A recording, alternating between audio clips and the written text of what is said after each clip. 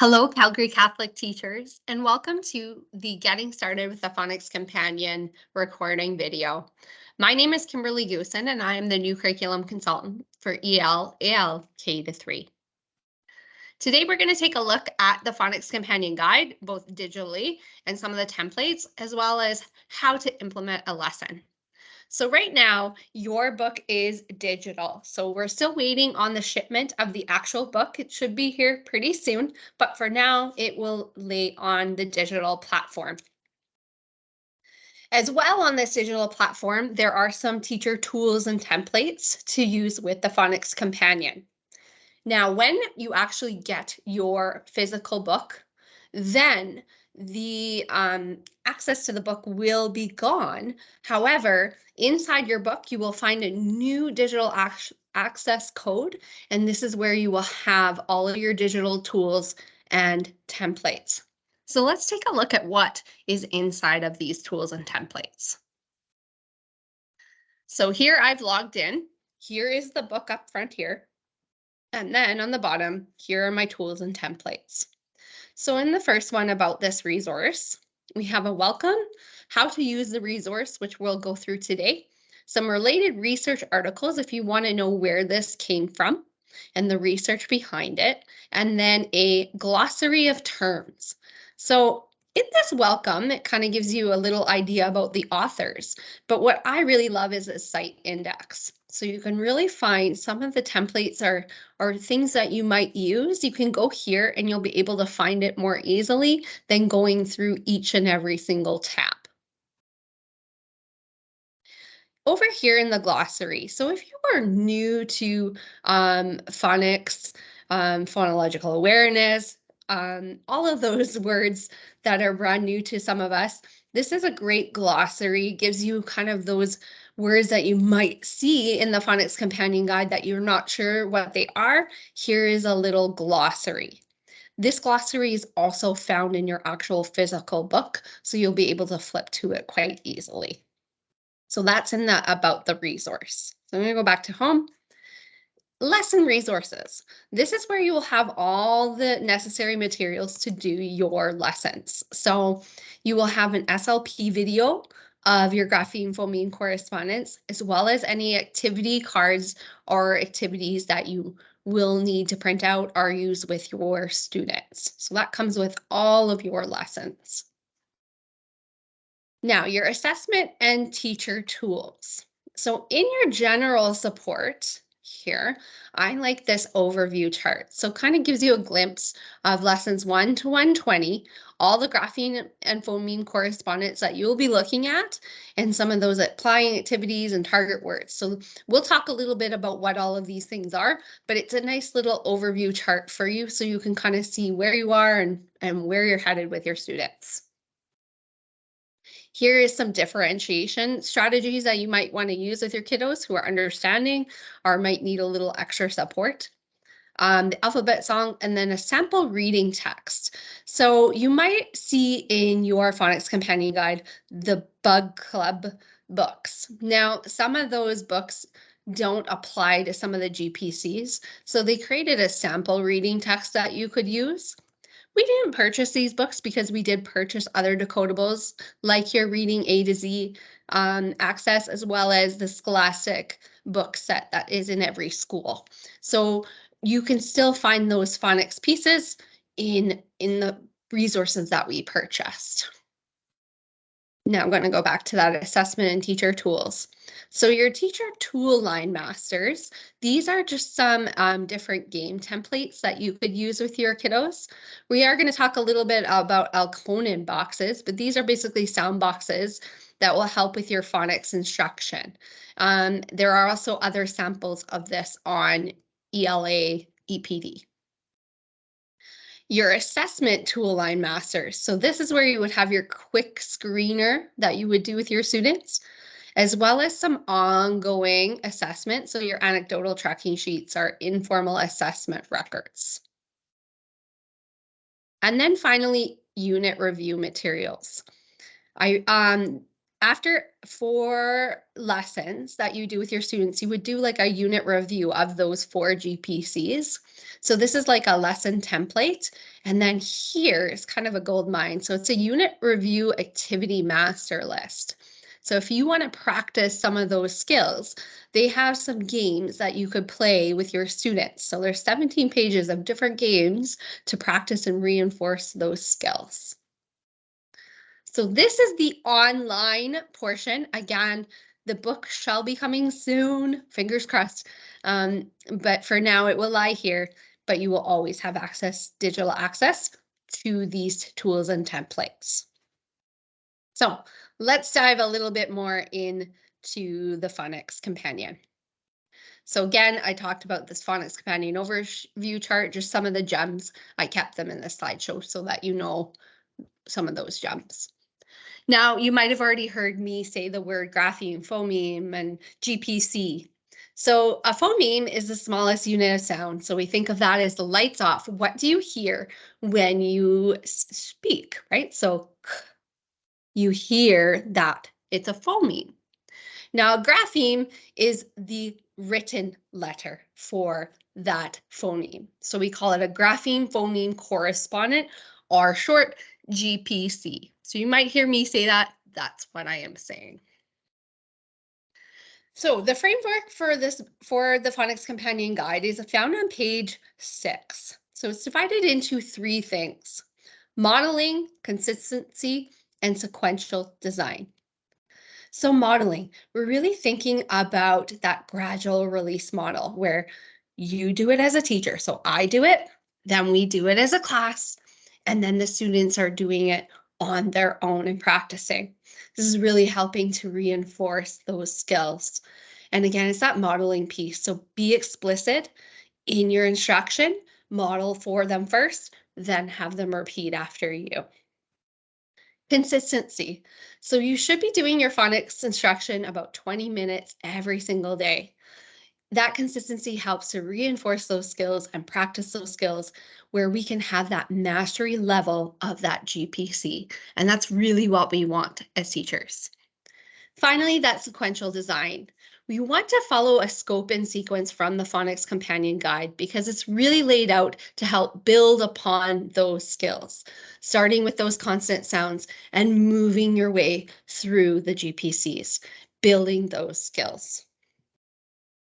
The scope and sequence for the Phonics Companion is found on page 8 of your Phonics Companion Guide.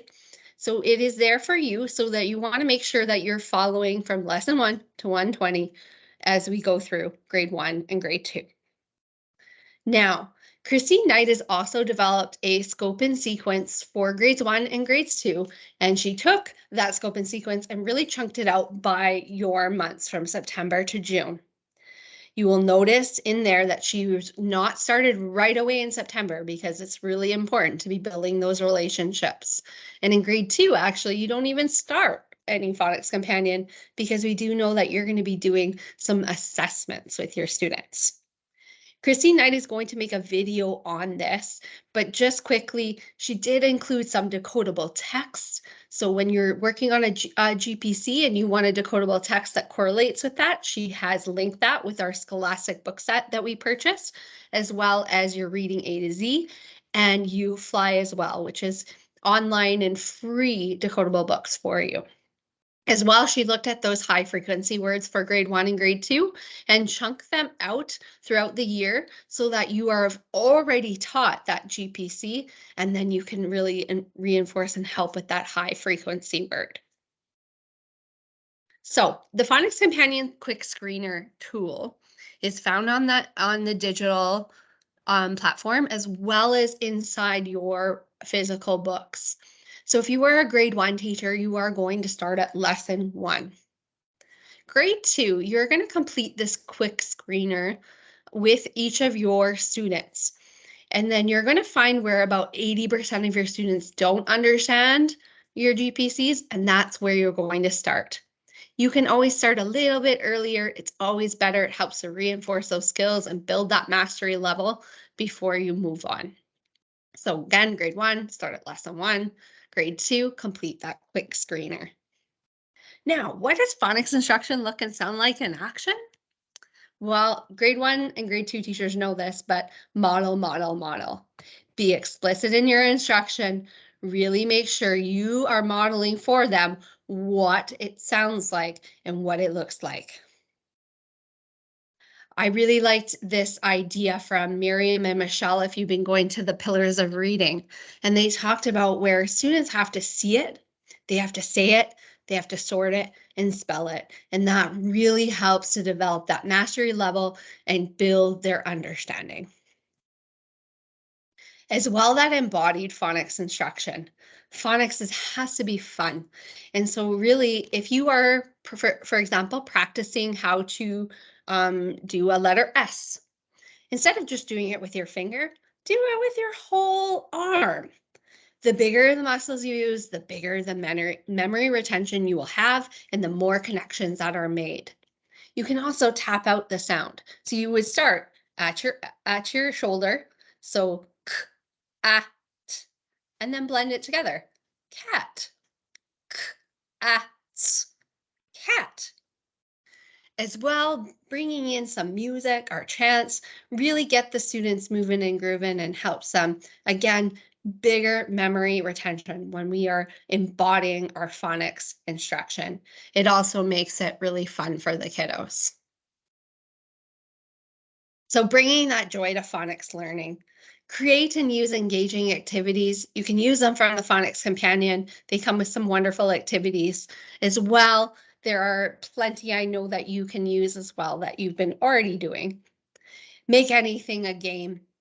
Anytime you make a game, there's big buy-in with your students. Incorporate picture books or literature that help them to practice their skills.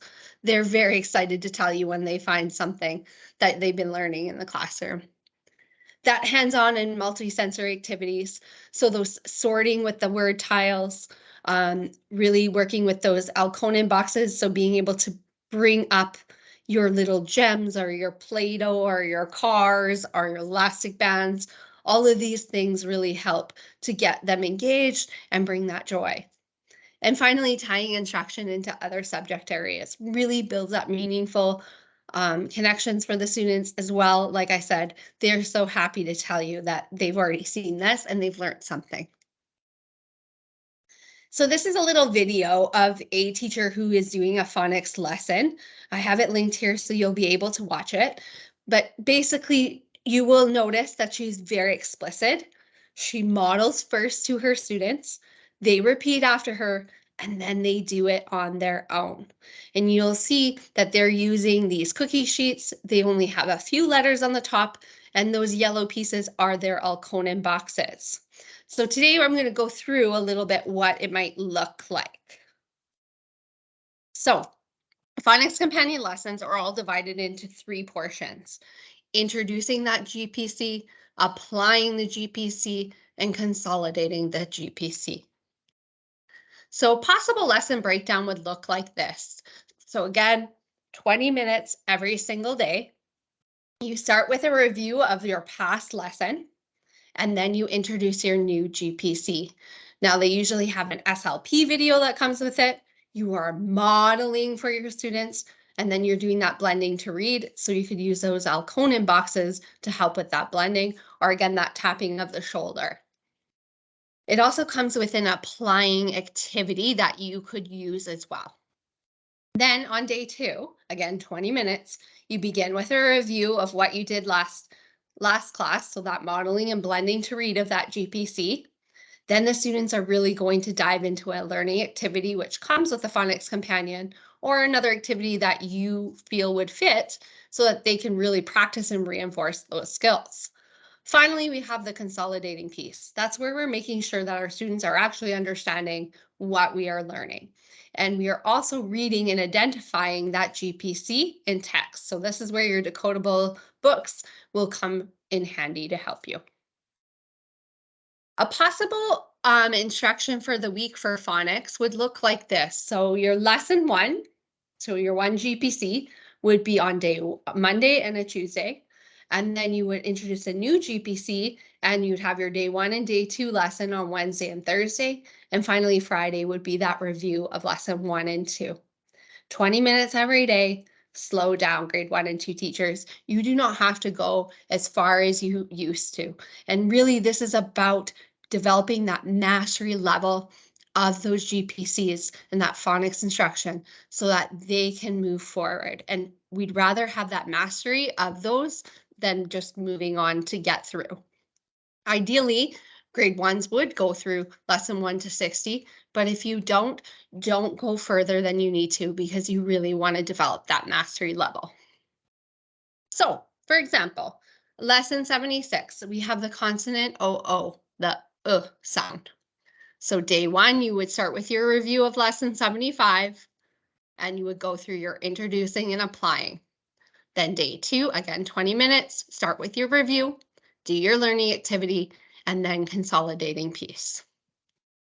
So when we're introducing, remember that we're starting with the shift. So now we're really introducing sound first, then corresponding with that letter, the grapheme and phoneme correspondence. So if I was doing this, it would be Everybody say it, So we were starting with that modeling piece, then we would start going into that writing piece. There is an SLP video, so a QR code that is on every lesson. I also really like these mouth pictures. So again, that C portion, they can see what the sound looks like, and as well, it will tell you kind of what your breath is doing.